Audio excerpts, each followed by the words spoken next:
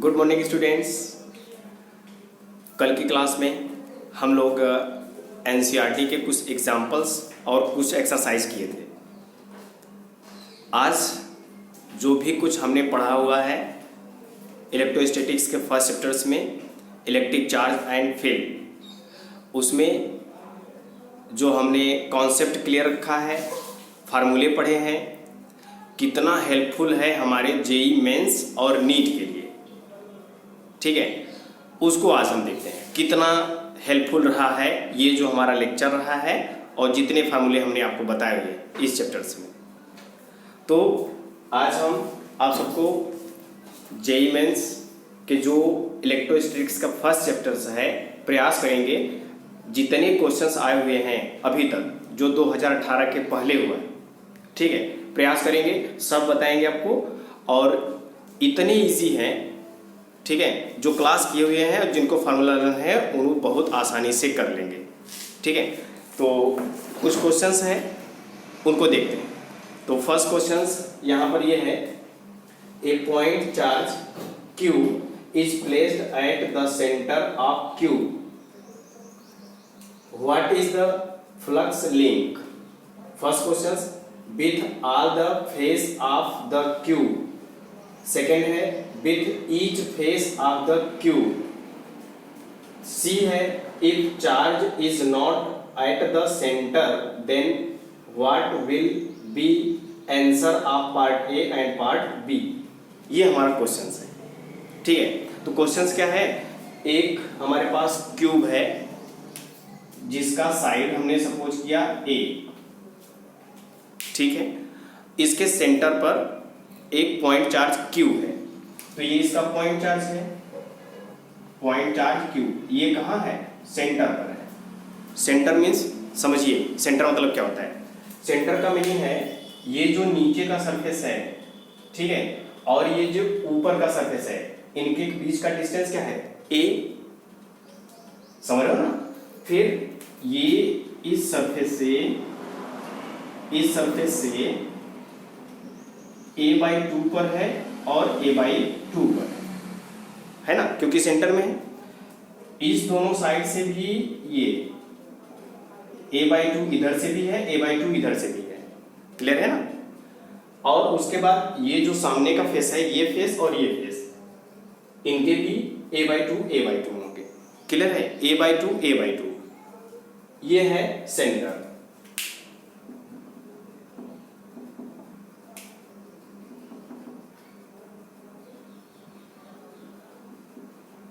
ठीक है, तो जो 6 फेसेस हैं उनसे A/2 डिस्टेंस पर पॉइंट चार्ज है। तो अब फर्स्ट क्वेश्चन सही है कि ये पॉइंट चार्ज फ्लक्स बनाएगा। ठीक है, किस पर बनाएगा, फेसेस पर बनाएगा।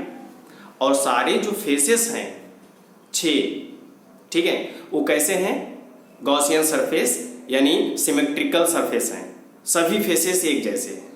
उस पर इलेक्ट्रिक फील्ड और एंगल्स कैसे होंगे, कांस्टेंट, इट इज सिमेट्रिकल। ठीक है, तो जितने भी फ्लक्स लिंक होंगे हर एक फेस पर, समझ रहे हो ना, उनको हमको कैलकुलेट करना है कि सभी फेस पर क्या होगा, फिर उसके बाद एक फेस पर क्या होगा। ठीक है, इसको देखते हैं।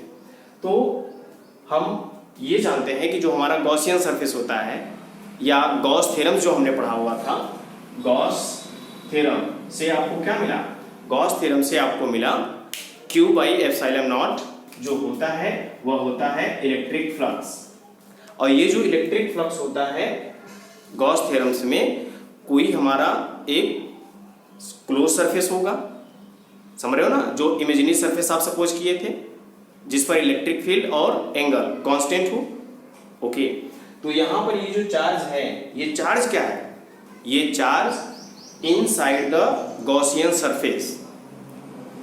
और ये जो चार्ज है नेट चार्ज है, नेट चार्ज, बहुत सारे चार्ज इस पर रख दो तो जो नेट चार्ज होगा वह होगा Q, उसी की वजह से उस गॉसियन सरफेस में फ्लक्स बनाएगा, क्लियर। ओके, तो यहां पर ये हुआ A/2। अब फर्स्ट क्वेश्चन क्या है, with all the faces of the cube, cube में जितने फेसेस हैं 6, उन सभी पर फ्लक्स क्या होगा? तो उन सभी पर फ्लक्स क्या होगा? According to Gaussian theorem, close surface में Q बाई एप्सिलॉन नॉट क्या होता है? फ्लक्स होता है। यही है टोटल फ्लक्स। ठीक है, तो total flux phi E is equal to Q by epsilon naught, सबका 6 के 6 मिला के। क्लियर है ना? ओके, सेकेंड क्वेश्चन बी को देखिए। बी क्या है? With each face of Q, एक फेस पर क्या होगा? अब यहां से ये फेस हटा दीजिए, ये फेस हटा दीजिए, सभी फेस हटा दीजिएगा और एक फेस बचेगा नीचे का सरफेस, स्क्वायर सरफेस। इस नीचे वाले फेस से जो स्क्वायर सरफेस है, इससे कितने डिस्टेंस पर हुआ? a/2 डिस्टेंस पर हुआ। क्लियर है ना? अब एक फेस कितना बनाएगा? तो टोटल जो फ्लक्स है Q बाई एप्सिलॉन नॉट। ठीक है, अब ये कितने फेसेस हैं? 6। तो एक फेस क्या होगा? बाई 6 कर देंगे। ठीक है, Q है सिमेट्रिकल बॉडीज। ठीक है, Q है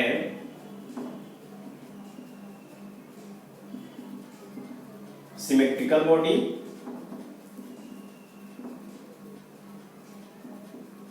then each phase have flux। तो क्या होगा? 6 फेस के लिए क्या था? 6 फेस के लिए Q बाई एप्सिलॉन नॉट, तो एक फेस के लिए Q बाई 6 एप्सिलॉन नॉट हो जाएगा। क्लियर है ना? ठीक है, ये हुआ सेकेंड। विथ ईच फेस, एक फेस पर क्या होगा? एक फेस समझ में आता है ना क्या हुआ? ये एक फेस, इसको समझिए, एक फेस। चलो ठीक है, ये है एक फेस। एक फेस पर ये Q by 6 epsilon not flux होगा। क्लियर है ना? ठीक है, अब ये देखिए सेकेंड क्वेश्चन यानी सी क्वेश्चन कर रहा है, if charge is not at the centre, अगर सेंटर पर ना हो। ठीक है, तो आंसर ए और बी पर क्या इफेक्ट पड़ेगा? तो आंसर ए पर कोई इफेक्ट नहीं पड़ेगा। जो फ्लक्स है उस क्यूब के अंदर जो चार्ज है, आप कहीं पे भी रख दो, फ्लक्स तो चेंज नहीं होगा, यानी आंसर ए चेंज नहीं होगा। तो बी चेंज होगा क्या? आंसर है यस, बी चेंज होगा। किस तरह से चेंज होगा इसको समझते हैं। देखिए, ये तो था सेंटर पे था, अगर ये मान लीजिए यहां पर आ गया, यहां पर आ गया, ठीक है, यहां पर चार्ज आ गया, तो क्या इफेक्ट पड़ेगा? इसका इफेक्ट इस तरह से पड़ेगा। देखिए, सपोज ये बुक है, ठीक है, इतनी दूर से हमको पूरी बुक दिख रही है, इसका मतलब है कि हमारे आंख से जो इलेक्ट्रिक फील्ड लाइंस बन रहा है इस पूरे सरफेस पर बन रहा है। क्लियर है ना? ठीक है, अब इसको और पास लाइए, और पास लाइए, और पास लाइए, एकदम पास लाइए, तो क्या ये दिखता है?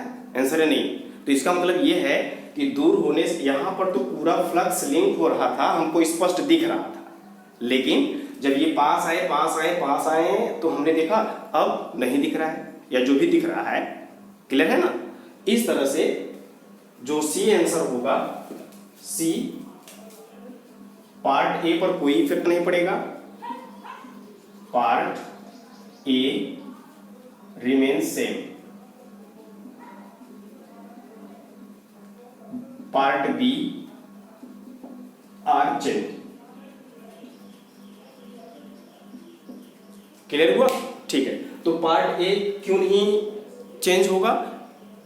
उस गॉसियन सरफेस में चार्ज आप कहीं पे भी रखो तो टोटल चार्ज यानी नेट चार्ज होगा क्या? क्यों ही होगा नेट चार्ज, तो उस पर कोई इफेक्ट नहीं पड़ेगा, फ्लक्स वही रहेगा, बट एक सरफेस के लिए, किसी पर्टिकुलर सरफेस के लिए चेंज होगा। क्लियर? ठीक, ये फर्स्ट क्वेश्चन है, इसको कर लीजिएगा। ठीक है, now second question. Second question को देखते हैं। सेकेंड क्वेश्चन क्या है, याद रखिएगा। देखिए, यही है second question. A charge q is placed at the distance a by 2 above the center of the square surface of edge A as shown in the figure. The electric flux through the square surface. यही है कि एक surface है। अभी इसके पहले पूरा clear हुआ था ना, ये सेंटर पर था ना a/2 पर, ठीक। तो ये जो 6 हमारे फेसेस थे उनको हटा दिया, तो कितने फेस बचे? एक। तो वही है द चार्ज q, यहां पर चार्ज हमारा है q, ठीक है। तो चार्ज q है, तो एक फेस पर पूछा है कि surface square as a shown in the figure, ये फिगर है, एक स्क्वायर सरफेस है, उससे कितने एबव a/2 a/2 मींस इस पूरे क्यूब का जो एज है वह a है, उससे a/2 यानी वह सेंटर पर, क्यूब के सेंटर में ही है ना। और हम 5 सरफेस हटा दिया तो बचे एक, तो इसी एक पर जो फ्लक्स लिंक होगा वह क्या होगा? तो आंसर मिला ना, यही है आपका आंसर। ये है आंसर नंबर 2 का, दूसरे क्वेश्चन का। क्लियर हुआ? जेई मेंस 2018 में आया है, ठीक है। 2018 का अभी तक हमारे पास बुकलेट है, आगे हुआ होगा अभी देखे नहीं है, ठीक है। बट ये है क्वेश्चन नंबर 2, समझ में आ रहा है ना, ठीक है। थर्ड क्वेश्चन पर आते हैं।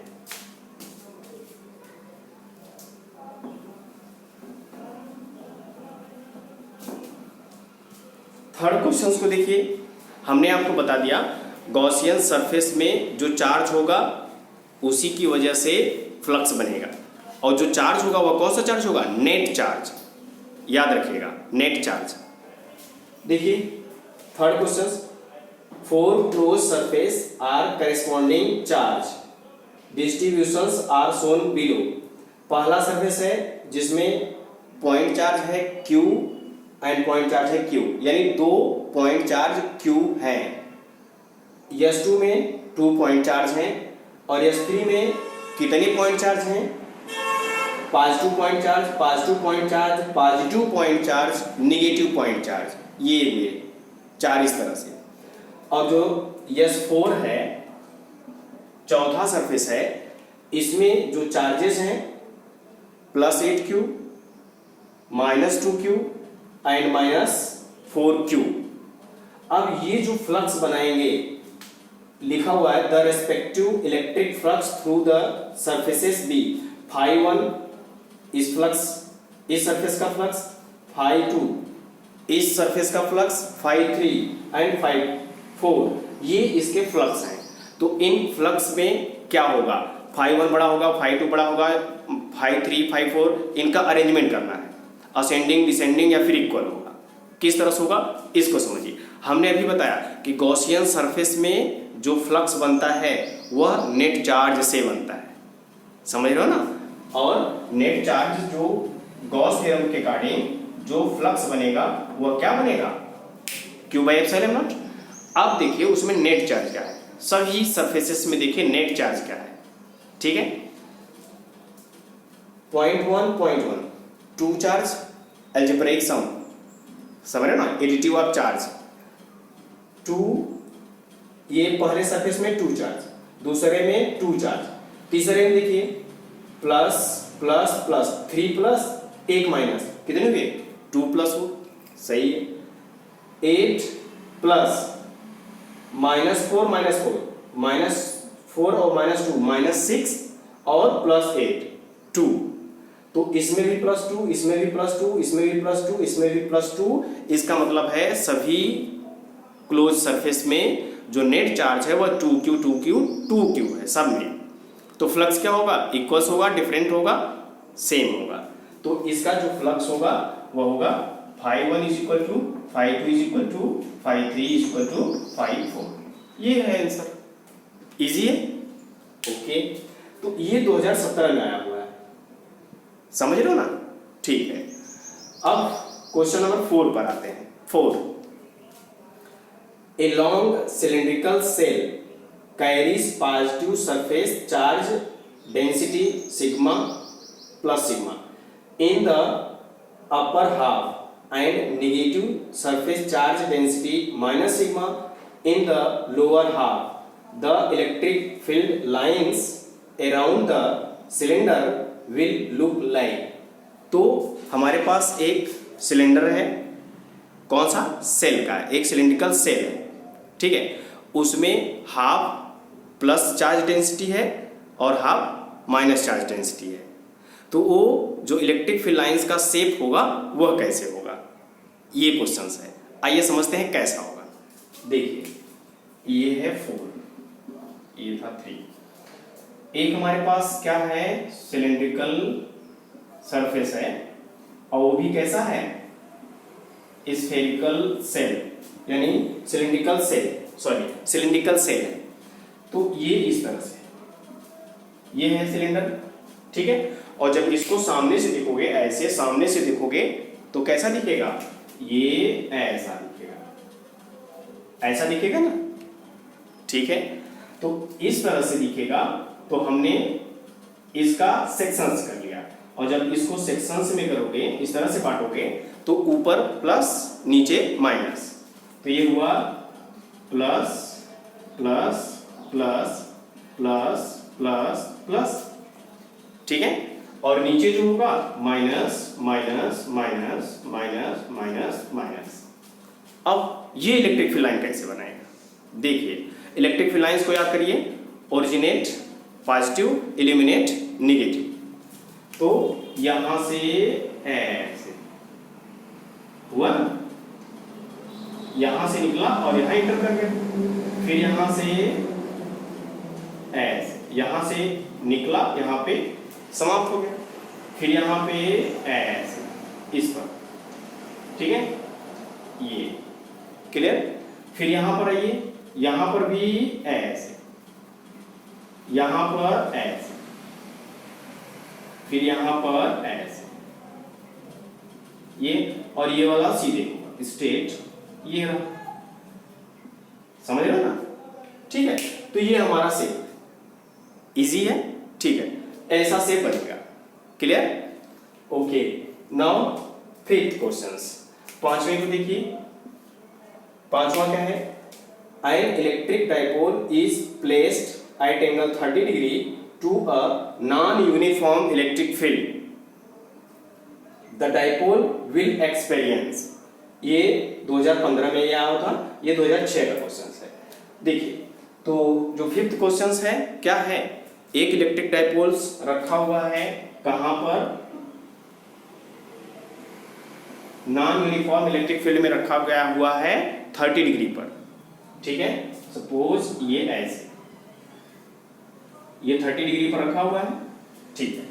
और जब ये 30 डिग्री पर रखा हुआ है तो बताइए ये किस तरह से फोर्स एक्सपीरियंस करेगा, या क्या इसमें क्या क्या हो सकता है। तो इसको हमने बताया था आपको, इस पर फोर्स लगेगा, हमने बताया था सपोज 7 फोर्स लगेगा, और इस पर लगेगा कितना? 10 लगेगा, है ना। तो जब इस पर 7 लगेगा, इस पर 10 लगेगा, तो अब इस पर कुछ न कुछ नेट फोर्स लगेगा, नेट फोर्स। और जब इस पर नेट फोर्स लगेगा 3, तो ये क्या करेगा?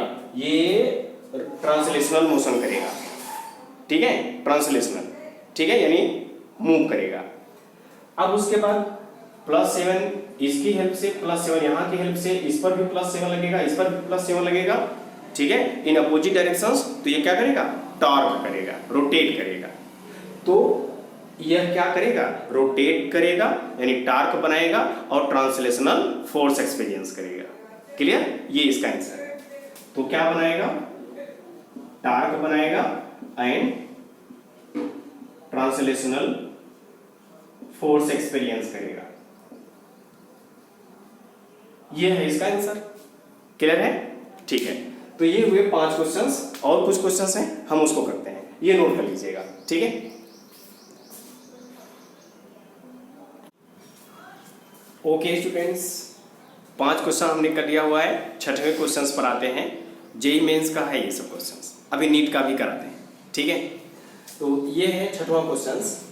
इन uniformly charge sphere of total charge Q and radius R, the electric field E is plotted as a function of distance from the center of graph will be।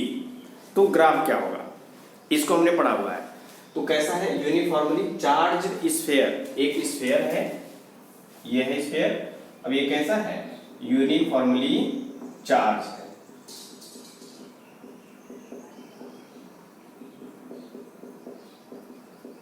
Uniformly charge है, ठीक है।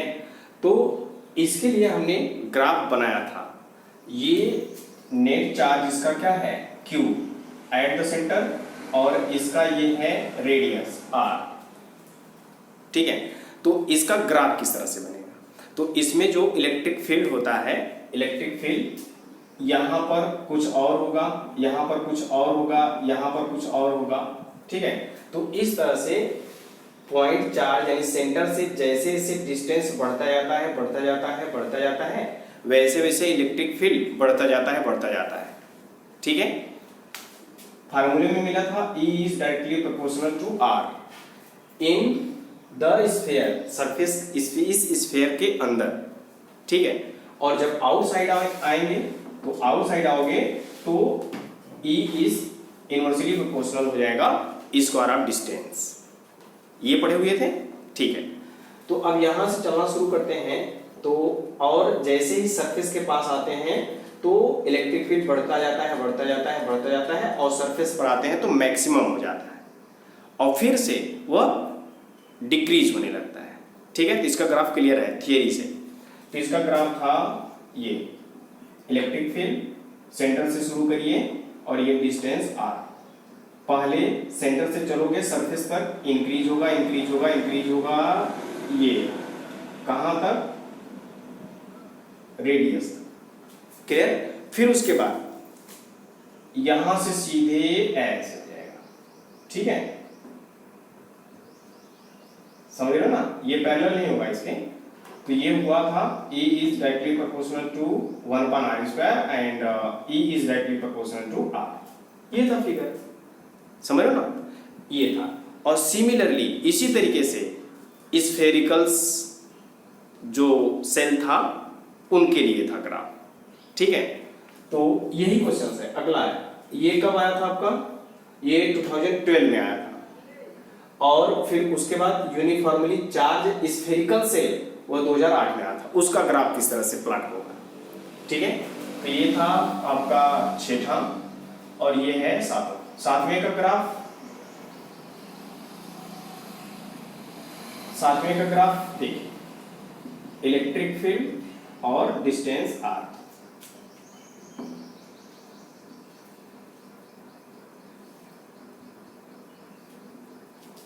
तो अब यहां पे इस सरफेस पर तो चार्ज होंगे, बट इसके अंदर चार्ज नहीं होगा।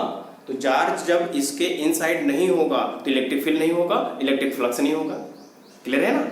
तो यहां से इस सेंटर से आप आओगे आओगे आओगे ये सरफेस तक। तो सेंटर से सरफेस के बीच जो ग्राफ होगा वह कैसा होगा, जीरो होगा, इलेक्ट्रिक फील्ड जीरो होगा। तो यहां से चलिए सेंटर से 0 0 0 0, ये 1 सेकेंड यहाँ पर। तो 0 से चलना शुरू करते हैं, 0 0, ये रहा, ठीक है। ये R तक आ गए, R डिस्टेंस तक आ गए। इसका है सेंटर से सरफेस का डिस्टेंस यानी रेडियस R सेंटर से। अब यहां तक तो 0 हो गया, इलेक्ट्रिक फील्ड कैसा हुआ, 0। अब सेंटर ये सरफेस पर कैसा होता है, मैक्सिमम, सेंटर पर मैक्सिमम होता है। तो फिर से वहां पे ऐसा हो जाता है। तो E is directly proportional to 1/r², ठीक है, ये हो जाएगा। तो ये इसका ग्राफ है, ठीक है। ऐसे भी आप मिला सकते हो, ये इसका ग्राफ है। तो ये दोनों ग्राफ इजी हैं जो एग्जाम में आए हुए हैं, जेईई मेंस में और नीट में भी। 2008 में आया था और 2012 में आया था। नाउ 8वां देखिए, इसको कर लीजिएगा।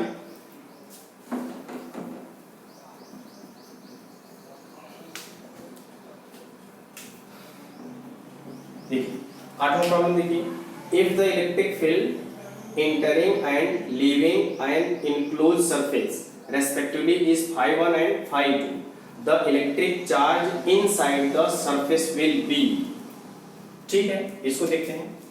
एक हमारा सरफेस है, सपोज ये हमारा सरफेस पर है, इस पर पॉइंट चार्ज यानी इस पर जो चार्ज है यही पूछा आपको चार्ज, तो इसमें से कुछ फ्लक्स, कुछ इलेक्ट्रिक फील्ड लाइंस इंटर कर रही हैं, और कितने इंटर कर रही हैं, phi 1, और कुछ आउट हो रहे हैं। ठीक है, इस तरह से, और ये phi 2 आउट हो रहा है। तो आपको पूछा है कि टोटल जो फ्लक्स होगा वह क्या होगा, तो यहां पर आंसर है जो टोटल फ्लक्स होगा इस सरफेस में, इनक्लोज में, तो जितना इंटर कर रहा है जितना बाहर कर रहा है। ठीक है, तो इनिशियल माइनस फाइनल या फाइनल माइनस इनिशियल, जो नेट हमारा फील्ड बचेगा वो क्या बचेगा, इसमें से इसको घटा दो या इसको में से इसको घटा दो, इलेक्ट्रिक फील्ड लाइंस क्या बचेगा, वो होगा phi 2 माइनस phi 1। ये हुआ, इतने फ्लक्स होंगे, और ये जो इतने फ्लक्स होंगे तो टोटल किसके इक्वल होगा, Q बाई एप्सिलॉन नॉट। यही है ना, फ्लक्स इज इक्वल क्या होता है, Q बाई एप्सिलॉन नॉट। ठीक है, तो फ्लक्स कितना हुआ इस इनक्लोज में, तो आंसर है जितना इंटर कर रहा है जितना बाहर कर रहा है उसमें से जो बचेगा वही होगा फ्लक्स। तो ये है फ्लक्स, क्लियर है ना, Q बाई एप्सिलॉन नॉट। अब Q की वैल्यू चाहिए तो Q इक्वल टू निकालो, Q is equal to phi 2 minus phi 1 into epsilon naught, हो गया। ठीक है, ये है प्रॉब्लम नंबर 8। 9 को देखिए, if A charge Q is placed at the center of the line joining the two equal charge Q such that the system is in equilibrium, then the value of Q will be। तो क्या है, if a charge Q is placed at the center of the line joining the two equal charge, ठीक है, two equal charge, ये plus Q और ये plus Q, two equal charge हुए, इनको हमने ज्वाइन किया और इनके बीच में Q is a place at the center line joining the two charges, यहाँ क्लियर, ये चार्ज रखा हुआ है। ठीक है, और ये जो सिस्टम्स होगा वो कैसा है, इक्विलिब्रियम है। तो equilibrium means net force zero, उस पर कोई फोर्स वर्क नहीं कर रहा। ठीक है, तो net force zero, then the value of Q will be, तो Q क्या होगा। ठीक है, सपोज ये लेंथ हमने मान लिया टोटल लेंथ 2L, और जब यह इसके सेंटर पर है तो ये L होगा, और ये भी हमारा L है, या डिस्टेंस D है कुछ भी मान लो। ठीक है, ये L ये L सेंटर पर है। ओके, तो अब इक्विलिब्रियम में सिस्टम है तो नेट चार्ज क्या होगा, जीरो। अब नेट चार्ज को जीरो करते हैं, इन दोनों के बीच फोर्स एक्सपीरियंस होगा। ठीक है, तो फोर्स क्या होगा, 1/4 pi epsilon not Q1 Q2 upon R square means L square. ये है इन दोनों के फोर्स। अब इन दोनों के फोर्स क्या होगा, ये दोनों फोर्स Q एंड Q के बीच का फोर्स, तो ये होगा plus 1/4 pi epsilon not Q upon R square. R square means L plus L 2L, अब ये हो जाएगा 2L का होल स्क्वायर, और नेट फोर्स जीरो। इन दोनों के बीच का फोर्स ये और इन दोनों के बीच का फोर्स ये, अब नेट फोर्स क्या हुआ, जीरो। समझ रहे हो ना। ओके, अब यहां पर कुछ कॉमन है, कॉमन ले लो। Q है 1/4 पाई एप्सिलॉन नॉट है, L स्क्वायर है, और जब इसको ओपन करोगे तो क्या मिलेगा, 4L स्क्वायर। तो आप कॉमन ले लो Q/4 pi epsilon not L square, common ले लो। समझ रहे हो ना। तो यहां पर क्या बचेगा, Q प्लस यहां पर कॉमन ले लियो Q/4 पाई एप्सिलॉन नॉट, एक Q बचेगा, और डिवाइड बाई ये है 4L स्क्वायर, तो 4L स्क्वायर भी कॉमन लियो, 4 बचेगा और इक्वल टू 0। इन सभी टर्म कर दो 0, तो Q is equal to minus Q/4। ये Q का वैल्यू, ठीक है, माइनस Q/4 पर ये इक्विलिब्रियम पोजीशंस पर होगा, इक्विलिब्रियम कंडीशंस में होगा। क्लियर, ठीक है। ये है क्वेश्चन नंबर 9। 10 पर आते हैं। 10 आप कर चुके हो, अभी इसके पहले हो चुका है। ठीक है, देखिए ए charge particle Q is placed at the centre O। आप एक क्यूब आप लेंथ L, ये क्यूब है, इसके सेंटर में एक चार्ज Q रखा हुआ है। Another same charge Q is placed at distance L from the center। इस सेंटर से L डिस्टेंस पर एक दूसरा चार्ज रखा हुआ है, वही सेम चार्ज है। Then electric flux through ABCD is, ABCD कितने सरफेस है? एक या दो तीन चार, एक ही सरफेस है। एक सरफेस पर कितना फ्लक्स होगा, समझ रहे ना? ये क्वेश्चन है। अब हमने आपको बताया है थियरी में जो हमारा क्लोज सरफेस होता है उसके अंदर यानी इनसाइड जो नेट चार्ज होता है उसकी वजह से फ्लक्स क्रिएट होता है, और वही फ्लक्स Q/ε0 होता है, गॉस थ्योरम। ठीक है।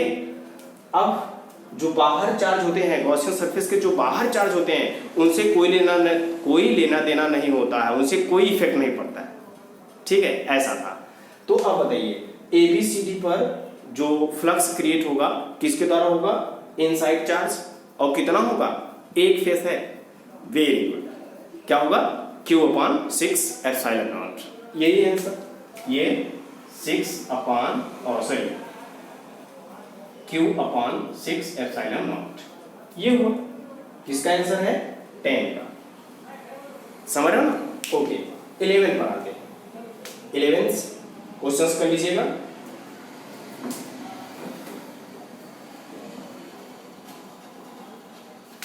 देखिए, on moving A charge of 20 coulombs by 2 centimeter 2 joule work is done, then the potential difference is।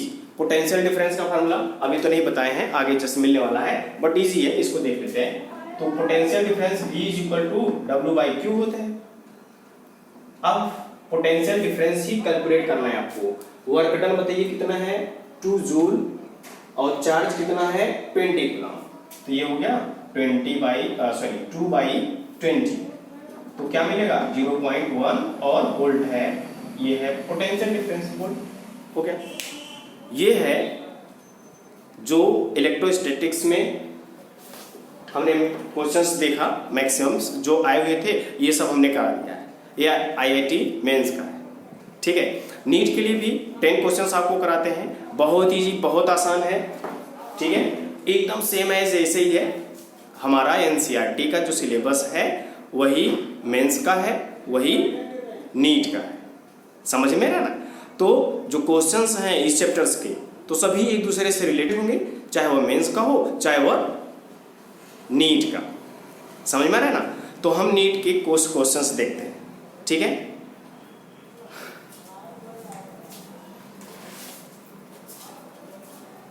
तो ये नीट के क्वेश्चंस हैं, तो हम नीट के क्वेश्चंस को करते हैं। ठीक है, देखते हैं। ठीक है, तो नीट के क्वेश्चंस के लिए हम इसको कल इसके प्रॉब्लम्स को करते हैं। ठीक है, ओके, थैंक यू।